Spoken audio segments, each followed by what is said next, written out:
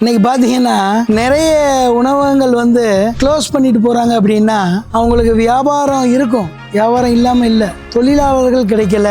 Hotel தொழிலில் தொழிலாளர்கள் பிரச்சனை தான் இன்னைக்கு பெரிய பிரச்சனையா இருக்கு. தொழிலாளர்கள் இல்லை அப்படின்னு கூட்டிட்டு போற உணவகங்கள் தான் இன்னைக்கு ஜாஸ்தியா இருக்கு. அது நம்ம எப்படி டீல் பண்ணணும் அப்படின்னா, தொழிலாளர்கள் கூட நம்ம இறங்கி பேசணும். எங்கள் ஸ்டாஃப்ஸ்கிட்ட நான் என்ன சொல்லுவேன்னா, நீ எனக்கு தொழிலாளியாக வேலை பார்க்குற, நான் உனக்கு முதலாளியாக வேலை பார்க்குறேன் அப்படின்னு தான் சொல்லுவேன். இப்போ என்னையவே எடுத்துக்கோங்களேன், காலையில் எந்திரிச்சு வாக்கிங்கை முடிச்சுட்டு ஒவ்வொரு ஹோட்டலாக ரவுண்ட்ஸ் போகிறேன். போகும்பொழுது எல்லா தொழிலாளர்களையும் பார்க்குறேன். அவங்களுடைய பிரச்சனை என்னென்ன, ஒரு கிளீனர் இருந்தான்னா கொடுங்க, அவங்களுடைய தோளில் கையை போட்டு அவங்க பிரச்சனை என்னன்னு கேட்டு அதுக்கு தகுந்த மாதிரி அவங்களுக்கு இறங்கி நம்ம பேசணும். அப்படி நம்ம இறங்கி பண்ணும்பொழுது தான் அவங்களுடைய நம்பிக்கையை நம்ம பெற முடியும். நம்ம மேலே அவங்க நம்பிக்கை வச்சுட்டாங்கன்னா நம்மளை விட்டு அவங்க எங்கேயும் போக மாட்டாங்க.